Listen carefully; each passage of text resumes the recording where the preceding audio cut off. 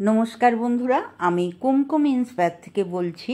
আজকে আপনাদের কাছে শেয়ার করছি লাউ দিয়ে চিংড়ি।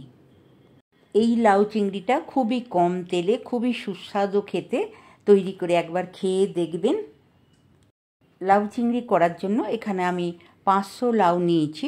সেই লাউটাকে সরু করে কেটে নিয়েছি, আপনারা বড় বড় করে কেটেও নিতে পারেন। লাউটা সরু সরু করে কেটে আর ভালো করে জল দিয়ে ধুয়ে তারপর আমি জলটা ঝরিয়ে রেখে দিয়েছিলাম। আমি লাউ চিংড়ি করার জন্য 4 পিস চিংড়ি নিয়েছি। এই চিংড়ি মাছটার ওজন আছে 250 গ্রাম। এখন বর্ষাকালে অনেক বড় বড় চিংড়ি উঠেছে, সব রকমই চিংড়ি পাওয়া যায়। আপনারা বড় চিংড়ি বা ছোট চিংড়ি দিয়েও করতে পারেন। চিংড়ি মাছটা ভালো করে খোসা ছাড়িয়ে বেছে নিয়েছি, এরপর ভালো করে জল দিয়ে ধুয়ে নিলাম। এখন আমি সামান্য একটু লবণ নিয়ে এর ওপরে নিয়ে নিলাম, আর নিচ্ছি সামান্য একটু হলুদের গুঁড়ো। চিংড়ি মাছটা লবণ আর হলুদ আমি ভালো করে মাখিয়ে নিলাম।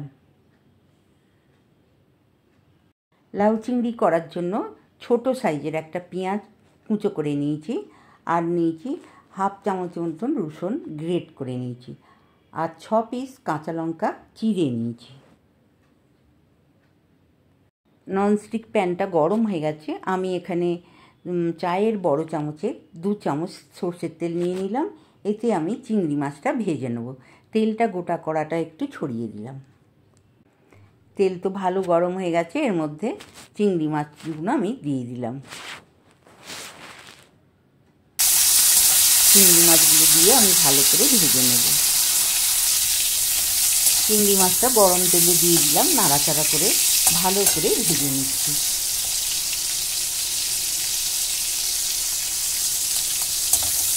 চিংড়ি মাছটা নাড়াচাড়া করে 3-4 মিনিট ভেজে নিলাম। ভেজে এখন আমি বাটির মধ্যে তুলে নিচ্ছি। বাটির মধ্যে চিংড়ি মাছটা ভাজা হয়ে গেল, আমি তুলে নিলাম। কড়াইটা গরম হয়ে গেছে লাউ চিংড়িটা তৈরি করার জন্য। আমি এখানে আর একটু তেল নিয়ে নিলাম, ওই 2 চামচেরই মতন। এর মধ্যে নিয়ে নিলাম হাফ চামচ কালো জিরে। কালো জিরেটা ভালো করে ভাজা হয়ে গেছে। এর মধ্যে দিয়ে দিচ্ছি গ্রেট করে নেওয়া রসুনটা আমার ভাজা হয়ে গেছে। এর মধ্যে দিয়ে দিচ্ছি পেঁয়াজের কুচি, আর দিচ্ছি 6টা চিড়ে রাখা কাঁচা লঙ্কা। পেঁয়াজ আর কাঁচা লঙ্কাটা নাড়াচাড়া করে ভেজে নিলাম। এর মধ্যে দিয়ে দিচ্ছি হাফ চামচ আদার পেস্ট। আদার পেস্টটা দিয়ে পেঁয়াজের সাথে ভালো করে ভেজে নিলাম। রসুন আদা পেঁয়াজটা ভাজা হয়ে গেছে। এর মধ্যে দিয়ে দিচ্ছি কুচি করে রাখা লাউটা।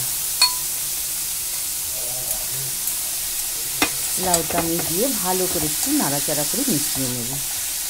পেঁয়াজের সাথে লাউটা দিয়ে ভালো করে নাড়াচাড়া করে নিলাম মিনিট 2। এর মধ্যে দিয়ে দিচ্ছি স্বাদ মতন লবণ, আর দিচ্ছি হাফ চামচ হলুদের গুঁড়ো। লবণ আর হলুদ দিয়ে ভালো করে লাউটা নাড়াচাড়া করে মিশিয়ে নিচ্ছি। এইভাবে লাউটা করে দেখবেন, লাউ চিংড়িটা খুব তাড়াতাড়ি হয়ে যায়, বিশেষ কিছু সময় লাগে না এই লাউ চিংড়িটা করতে। লাউটা ভালো করে মিশিয়ে নিলাম। এখন আমি একটা ঢাকা দিয়ে 5 মিনিট লো ফ্লেমে বসিয়ে রাখবো। 5 মিনিট হয়ে গেছে, ঢাকা খুলে দেখে নিচ্ছি।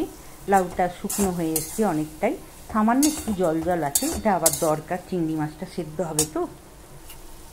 লাউয়ের মধ্যে দিয়ে দিচ্ছি ভেজে রাখা চিংড়ি মাছটা, আর দিচ্ছি ছোট চামচে 1 চামচ চিনি। চিনিটা দিয়ে ভালো করে মিশিয়ে নিলাম। চিংড়ি মাছটা দিয়ে আর চিনিটা দিয়ে লাউটা আমি ভালো করে নাড়াচাড়া করে মিশিয়ে নিলাম। এইবার আমি একটা ঢাকা দিয়ে 5 মিনিট লো ফ্লেমে বসিয়ে নেব। 5 মিনিট হয়ে গেছে, ঢাকা খুলে দেখে নিচ্ছি। আমি লো ফ্লেমে বসিয়ে রেখেছিলাম এতক্ষণ, ভালো করে নাড়াচাড়া করে দেখে নিচ্ছি।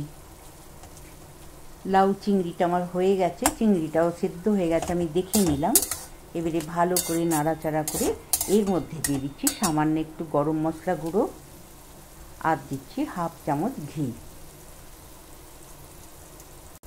গরম মশলা আর ঘি দিয়ে ভালো করে নাড়াচাড়া করে মিশিয়ে নিলাম। এটা ঠিক একটু ভাজা ভাজা মতন করলে খুব ভালো হবে, ঠিক যেমন বাঁধাকপি হয় ঠিক সেরকম লাগা লাগা। লাউ চিংড়িটা আমার তৈরি হয়ে গেছে, আমি প্লেটে তুলে নিচ্ছি। আপনারা এইভাবে লাউ চিংড়িটা একবার তৈরি করে খেয়ে দেখুন, গরম ভাতে এক থালা ভাত খাওয়াই হয়ে যাবে। লাউ চিংড়িটা প্লেটে তুলে আমি একটু চিংড়ি মাছটা উপরে দিয়ে দিলাম, দিয়ে একটু ধনেপাতা দিয়ে সাজিয়ে দিলাম। এই রকম লাউ চিংড়ি হলে ভাত, রুটি, লুচি, পরোটা সব কিছু দিয়েই খাওয়া যাবে। লাউ চিংড়ি রেসিপিটা আপনাদের কেমন লাগলো কমেন্ট করে অবশ্যই জানাবেন। রেসিপিটা ভালো লাগলে লাইক করবেন, কমেন্ট করবেন আর বন্ধুদের মধ্যে শেয়ার করবেন।